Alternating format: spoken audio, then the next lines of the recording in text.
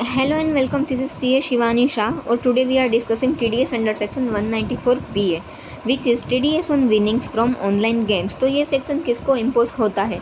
This section is applicable to any person who is providing online gaming platform.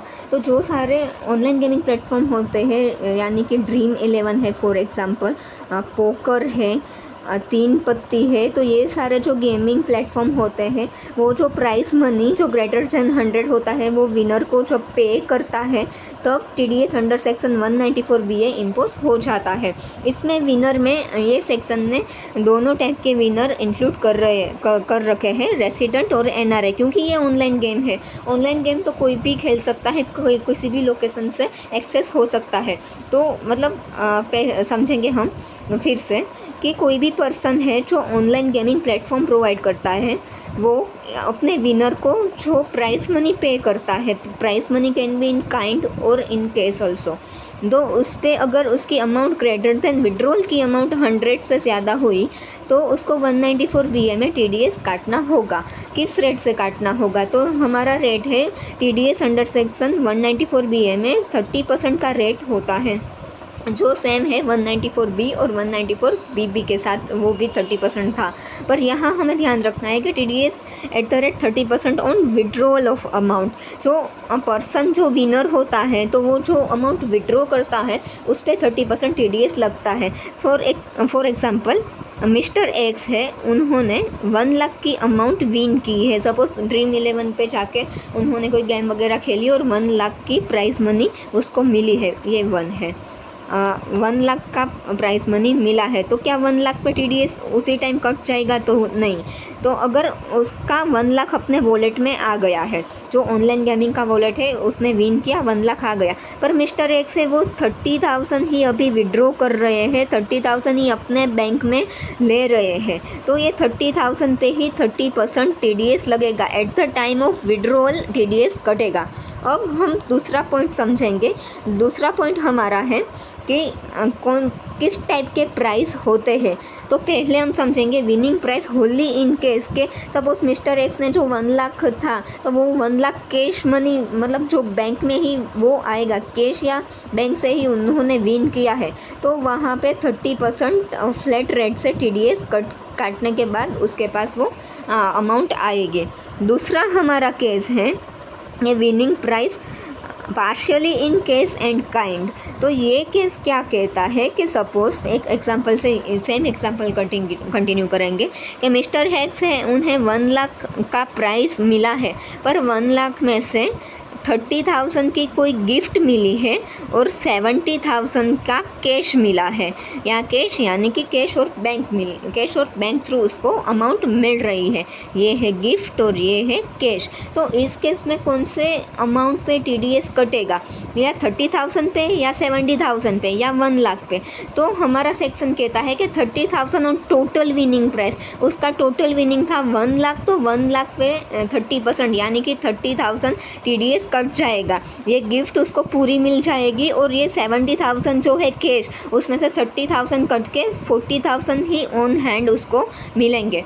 इसमें एक दूसरा भी case इसका रिवर्स भी हो सकता है कि सपोज 1 लाख का प्राइस मिला है मिस्टर एक्स को, पर 70,000 की गिफ्ट मिली है उनको और 30,000 उन्हें केस में मिल रहे हैं. तो अभी 30% होगा तो ये 0 केस हो जाएगी और सिर्फ गिफ्ट मिलेगी. अगर जो केस अमाउंट मिल रही है वो TDS से कम मिल रही है तो क्या करना होगा? तो उसके लिए ये सॉल्यूशन दिया है CBIT ने कि कोई भी जब केस और काइंड में होता है विनिंग प्राइस और केस अमाउंट TDS से अमाउंट से कम होगी तो उसमें यानी कि जो विनर है उसको पहले से ही टैक्स भरना होगा और उसका टैक्स का चलन दिखाना होगा ऑनलाइन गेमिंग प्लेटफॉर्म को, और फिर वो प्राइस मनी अपना रिलीज़ करेंगे. अब हम तीसरा केस समझेंगे.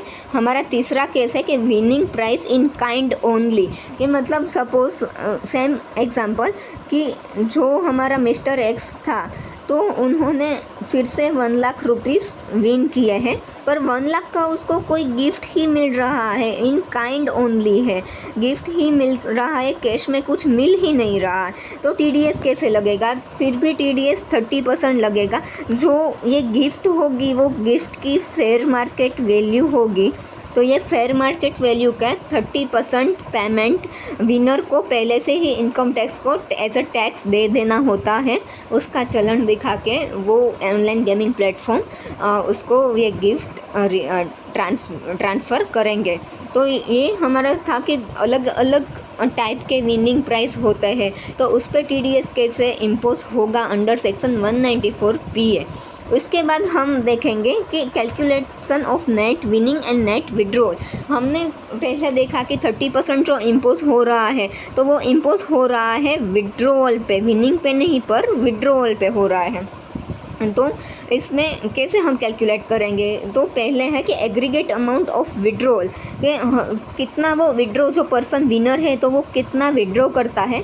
उसमें है कि aggregate amount of non taxable deposit. अब डिपॉजिट 2 टाइप की होती है, टैक्सेबल और non taxable. Non taxable deposit जो होती है कि हमने अकाउंट ओपन किया और विनर ने, जो प्लेयर है, उन्होंने ही अपना कुछ 5000 सपोज 5000 का डिपॉजिट होता है, लॉगिन डिपॉजिट होता है, पहली बार खेलने के लिए जो डिपॉजिट इनिशियल मनी जो डाला है तो वो नॉन टैक्सेबल होता है, क्योंकि विनर अपना ही पैसा डालता है और अपना ही पैसा निकलता है। और टैक्सेबल डिपॉजिट कौन सी होती है? तो काफ़ी सारे मैसेजेस हम मार्केटिंग के मैसेजेस वगैरह देखते हैं कि पोकर वगैरह गेम में वो बोनस देते हैं, बोनस या ऑनलाइन जो इनिशियल मनी है वो प्लेयर को नहीं डालना पड़ता है, वो खुद गेमर ही, सपोज इसमें भी 5000 रखते हैं कि गेमर ऐसा बोनस या इनिशियल मनी या जॉइनिंग बोनस वगैरह में अगर आप नया अकाउंट क्रिएट करो तो खेलने के लिए रुपये प्रोवाइड करता है। तो ये जो बोनस या लॉगिन अमाउंट होती है, तो ये जो डिपॉजिट होती है जो गेमर ऑनलाइन गेमिंग प्लेटफॉर्म सामने से गेमर को देता है प्ले करने के लिए, तो ये टैक्सेबल हो जाता है, क्योंकि ये अमाउंट है वो प्लेयर की अपनी खुद की नहीं है, वो ऑनलाइन गेमिंग प्लेटफॉर्म ने प्रोवाइड की है। तो किस पे टैक्स लगेगा? जो हमने मतलब जो गेमर है, तो गेमर ने जो अपना ही मनी डाला है और वो विड्रॉ कर रहा है तो उस पर TDS नहीं लगेगा, पर उसको जो विनिंग अमाउंट मिली है या फिर कोई डिपॉजिट फ्री में मिली है या फिर कोई बोनस वगैरह मिला है, कुछ अच्छा खेला और एडिशनल बोनस वगैरह मिल गया, वो सब गेमिंग प्लेटफॉर्म के साइड से जो भी थिंग मिली है तो उस पर 30% TDS लग जाएगा। फिर इसमें पहले कैलकुलेशन देखते हैं, एग्रीगेट अमाउंट ऑफ विड्रॉल के जितना पर्सन विड्रॉ करता है plus aggregate amount of non taxable deposit, क्योंकि नॉन टैक्सेबल डिपॉजिट यानी कि ऑनलाइन गेमिंग प्लेटफॉर्म ने सामने से दी है तो गेमर का तो वो भी बेनिफिट होगा। उसमें से हम ओपनिंग बैलेंस जो होता है तो वो बात कर देंगे, क्योंकि उस पर तो TDS अर्लियर ईयर्स में काउंट हो गया है। और क्लोजिंग बैलेंस भी बात कर देते हैं, क्योंकि जब क्लोजिंग बैलेंस को हम विड्रॉ करेंगे तब उस पर लगेगा। तो ये आ जाएगी हमारी नेट विनिंग। इसका सिंपल मतलब है कि नेट विनिंग्स यही है हमारी, जो हमने एडिशनल अमाउंट जीती है, ना कि हमने जो डाली है। तो उस पर 30% से विनिंग्स जो हम विड्रॉ करेंगे, जो मतलब गेमर जो प्लेयर है वो विड्रॉ करेगा, तो उस पर 30% के मुताबिक TDS 194BA में कट जाएगा। अब इसमें यही पॉइंट मैंने लिखा है अलग से कि बोनस होता है वो ट्रीटेड एज टैक्सेबल डिपॉजिट और टैक्सेबल विनिंग। जो बोनस मतलब वो लोग जो एडिशनल अमाउंट देते हैं, हमने विन किया उसके ऊपर से भी कुछ बोनस वगैरह, जॉइनिंग बोनस या जॉइनिंग डिपॉजिट वगैरह जो गेमिंग प्लेटफॉर्म प्रोवाइड करता है, तो वो बोनस या डिपॉजिट वगैरह कहलाता है और वो टैक्सेबल होता है। और दूसरा थिंग है कि TDS to be impose on ex GST amount. अभी इस पर GST भी लग रहा होगा, तो सपोज 1 लाख पे जो GST लगा तो उसके बाद वाली अमाउंट लेनी है, नहीं तो हमें GST की पहले की अमाउंट है, कोई भी TDS मतलब कैलकुलेट होता है तो उसके जो पहले की अमाउंट है वो कंसिडर की जाती है। तो जो ग्रोस अमाउंट जो होती है GST की पहले की अमाउंट, तो वो हमें कंसिडर करनी है TDS के कैलकुलेशन 30% के लिए। तो ये था हमारा सेक्शन जो काफ़ी सारे पीपल को यूज़ होने वाला है, क्योंकि lots of people are playing online gaming nowadays. तो hope this video is useful to you. Thank you.